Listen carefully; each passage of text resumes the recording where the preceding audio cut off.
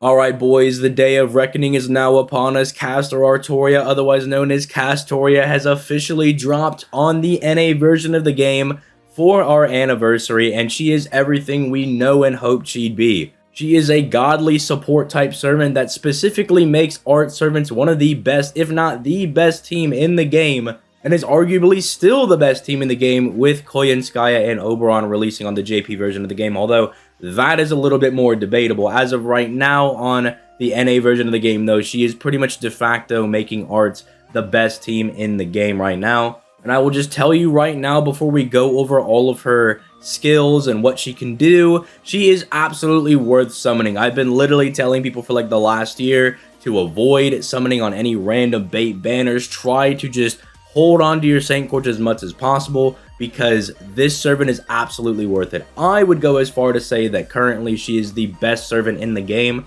just for what she's able to do for your box and the other servants in your party. But again, that's just my opinion. I just think she's absolutely that good and is absolutely worth summoning for.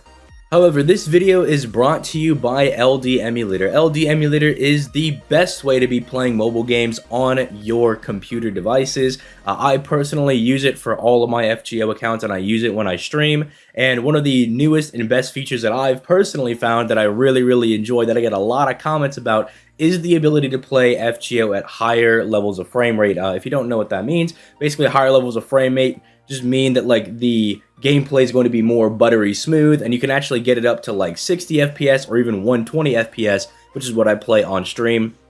And I get a lot of comments from people being like, dang, why is your game so buttery smooth? I'm like, hey, that's LD Emulator letting me play this game at 120 FPS. Also, it can let you set up macros, which if you're not sure what a macro is, it basically allows you to auto input things for your game to do for you by clicking the screen for you in certain locations. So if you set it up correctly, or you get a good macro, you can actually have it auto farm for you if you're getting really tired of farming the 500th box of the day, right, when we get something like Skahawk Fest coming out. But they're sponsoring this video. Make sure you go check them out in the description down below. They are the first link up there. And with that being said, let's get back to your regularly scheduled programming. Now, let's go ahead and start off by talking about Castoria's hits, which actually has some interesting value to it. So, she has the standard support caster triple arts deck, which you may not think anything of, but very similarly to someone like Merlin, it's good that she has that, because especially in an arts team, you are going to be doing a lot of arts chains all over the place, because not only do you have double Castoria, assumingly, which means you're going to have 6 arts cards in your card rotation, but you also are supporting an art servant that might also have at bare minimum 2 of their own arts cards, if not 3 of their own, plus their own arts NP, which gives you an extra arts card in rotation, meaning you're going to be doing predominantly arts chains, which means Castoria is going to be getting passive NP refill, because every time you do an arts chain with one of her arts cards included, she's going to get 20% of her own NP. And as you guys may or may not know, Castoria's NP is absolutely nutty busted. It is very similar, again, to someone like Merlin, where you want to see their NP as often as possible. And so it's very good that she has this triple arts deck, because it means she can actually see her NP pretty commonly. Now, aside from that, everything else with her hits are probably the most lackluster thing about her, because her NP gain is kind of low at 0.54%, but again, kind of has something for that if you're worried about that, especially with double Castoria. We'll cover that in a little bit. Her star gen is at 11%, which is average, I guess, with 3 hits on a quick card. I mean, I guess you could click that quick card if you want to try to gen some stars, but just slap a 20-30 on her or something and call it a day. And then you know that they made a busted servant when they gave them the 5-hit extra attack. If you don't know, the extra attack is a composite card that gens stars NP and does big boy damage. Unfortunately, on Castoria, it might not be the best thing, although you could get some mileage after you use some of Castoria's own skills, especially in a double Castoria setup. I also want to go ahead and cover her passive skills right here, because her passives are actually pretty good. The fact that she has magic resistance A means that 1/5 of the time she's going to whiff enemy debuffs, which is very strong. She has a passive 12% buff to her own arts cards, meaning that the NP gain of her arts cards is actually deceptively higher than you're seeing with her naturally NP gain. She also gets a small crit buff to her arts cards for whatever reason, right? Like, I guess you can do a little bit of damage with her arts cards. You know, DPS Castoria is kind of a meme, but you could kind of make it work if you want to. And then after you're able to clear Lost Belt 6, she actually will also get a buff that gives her protection against critical attacks, which is really, really good. Because as we know, not only are NPs a way for the enemy to absolutely obliterate us, but crits can also end your run pretty quickly if they're just well placed on your support casters. So it's very nice that Castoria has a little bit of protection from that for herself. But let's go ahead and start getting into the skills, because this is the meat and potatoes of the servant, and the skills are why Castoria is pretty broken alongside her absolutely nutty NP. So starting off with skill 1, it is literally just Merlin's first skill, but power correct, because it's giving the entire party 20% attack for 3 turns and giving them 30% NP gauge, all on a 6-turn cooldown. Again, literally just Merlin's charisma, but power correct. Although the only thing I will say is that while Merlin's is slightly weaker, his also comes back off cooldown by a turn earlier, so he at least has that going for him. But most times out of 10, you're going to want this one over that one, because you want that extra 10%, because it can make the world of a difference, especially because with double Castoria with some of her other skills, you can actually give one party member 100% of their NP, making things like Black Grail very popular for your main actual DPS servant, because they can get 100% of their NP back from double Castoria with her first and second skill, which we'll get into in a little bit, and it makes CEs like that very, very popular, because things like Black Grail, or even if you have the other CE, the Heaven's Feel one, that's not as strong as Black Grail, but even if you have something like that, they can be very, very strong, because they can kind of let you make up for the fact that maybe you don't have like an NP3 farming servant and you're having trouble clearing a node. It can definitely help you out in a lot of those scenarios, and it's really cool that Castoria allows stuff like this because of how broken the next few skills are going to be. So let's just go ahead and move into her second skill, which is an additional 20% battery for one ally.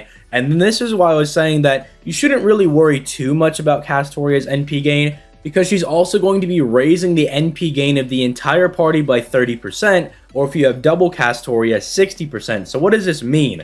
It means in combination with skill 1 and skill 2, Castoria has the ability to charge one ally's NP all the way up to 100% and give the entire other 2 members of your party 60%, and gas up everybody's NP gain by 60% and giving everybody a 40% attack buff between both Castorias, which is already absolutely insane, just high level buffs that she's giving to everybody. And like I mentioned earlier, this actually allows you to use very powerful CEs that don't give you start of charge battery, right? So you can use things like Heaven's Feel or even Black Grail to make up for some lack of NP level or something that your servant might have and still get a lot of value out of them. Or maybe you throw on like an NP gain CE because maybe your servant's having a little bit of a hard time looping. But then again, I've really not had any struggle with a servant looping with double Castoria. Over on stream, which is linked down in the description down below, I stream every weekday. We try out a whole bunch of different servants, and one of the ones that I was really surprised with this wombo combo that can actually farm is someone like Kiara. She's not really someone you'd think of as a farming servant because she only has 3 hits on her NP, but with double Castoria, you can definitely make it work. And that's kind of what I'm going to get at with these first 2 skills. These first 2 skills are pretty much like the bread and butter of making Castoria work. And this third skill that we're going to go ahead and get into right now actually is kind of like the icing on the cake, because this is going to give one ally a 50% arts buff for 3 turns, which again is helping out their looping and their damage, because that arts buff is not only going to buff the damage of their arts NP, but it's also going to buff the NP gain of those arts cards, which their NP is art, so it's going to be buffing that, meaning it's just additional looping power and additional damage. But then she also has this interesting ability to grant them a special damage mod against threats against humanity for 3 turns as well. And to remind people, threats against humanity are pretty much like all of the final bosses and things, right? This would be things like the Lost Belt trees, it would be things like the dog Serranos, the Albion Dragon, things like that. Like, these are all considered like the threats against humanity, and it's typically like these kind of like end boss type things, right? The things you fight towards the end of a Lost Belt. And so what it means is that Castoria, if your account isn't as good, can actually help you in some of the hardest fights in the game by granting your allies, or at least your main DPS, a special damage mod against those difficult fights, which I really like that she's able to do that. And then if she wasn't already doing enough on this skill, she also grants them invincibility for 1 turn on a 6-turn cooldown. Now I also gotta mention that because she's giving them an arts buff and an attack buff, this is providing a massive amount of damage for that ally that you're buffing, because that attack buff is going to multiply into that arts card buff, because different buff types in FGO are not additive, they are multiplicative.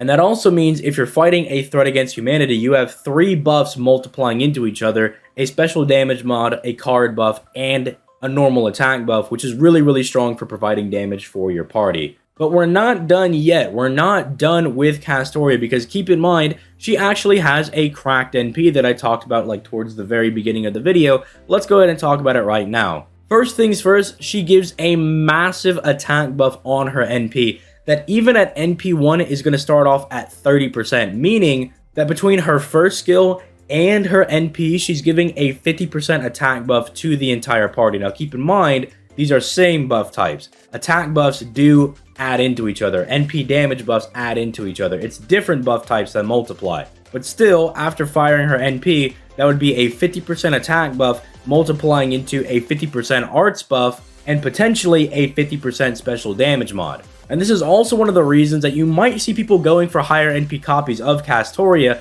because if you get her up to, God forbid, NP 5, if you wail that hard, or you just get that lucky, she's going to drop a 50% attack buff every time she fires her NP, and that attack buff lasts for 3 turns, which is just absolutely ridiculous that they let it do that. That is absolutely ludicrous. No idea why they thought that that was okay. But she's not done yet. She also removes all the party's debuffs, which is absolutely insane. It's the reason that you actually see people like Martha still see some play in some team compositions, because she has that like party-wide debuff cleanse. Stuff like that is still very, very useful against like very annoying bosses. But as I mentioned earlier, Castoria almost has this like spam ability to her NP, because she and the other Castoria are getting like 60% NP just from activating their charismas for, you know, the person they're trying to support. They also just passively get that 60% NP gain because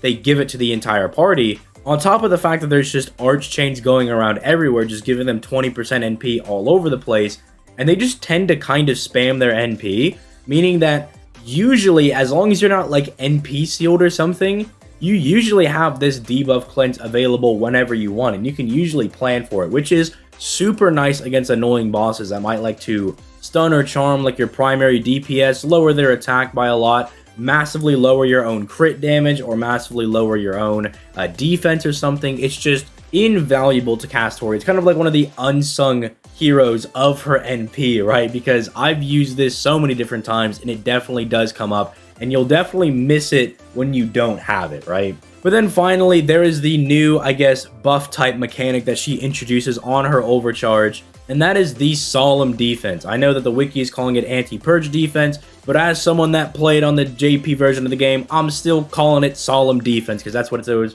originally called, right? But Solemn Defense is basically like impervious to everything. They can't get around it by invincibility piercing, they can't smack into you to get it. You know, it pretty much is like the ultimate defense. There is no getting around it aside from just raw debuff removal, right? Like, they have to just actually remove the buff in order to get around it. And basically, depending on her overcharge level, she will give your party 1 to 5 hits of this Solemn Defense, which is absolutely broken. Now, do keep in mind, it does not stack. Like, so if, let's say if you fire Castoria NP number 1 and then Castoria NP number 2, and you're like, okay, the first NP will give me 1, the second one will actually give me 2 because I'm at overcharge level 2. It doesn't work like that, right? They don't stack. They're counted as like guts or like an invincibility buff. They're treated the same as all these other ones where unless they say it stacks, they do not stack. So do keep that in mind. Try to be a little wise with using your Castoria's NP, because you don't want to waste this because her NP is just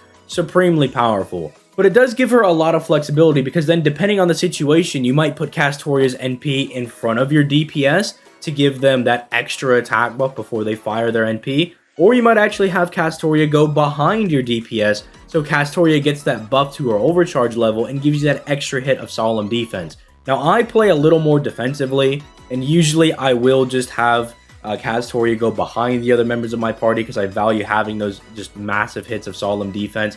because they are just supremely useful. They are very, very strong. But with that being said, let me know in the comments down below, not if you're summoning for Castoria, but let me know what NP level you were able to get her to. You know, how hard did you summon for Castoria? How much did it take? Did it take everything? Let me know all of that in the comments down below. I know my videos are catalysts for everybody. People tell me all the time to like, your video is a catalyst for me pulling X Servant, and I'm hoping that this video just slams everybody with all types of luck and everyone's able to get Castoria, if not getting just higher NP copies of her as well. But with all that being said, I am going to go ahead and get out of here. You guys have yourselves a nice day. Peace, late guys.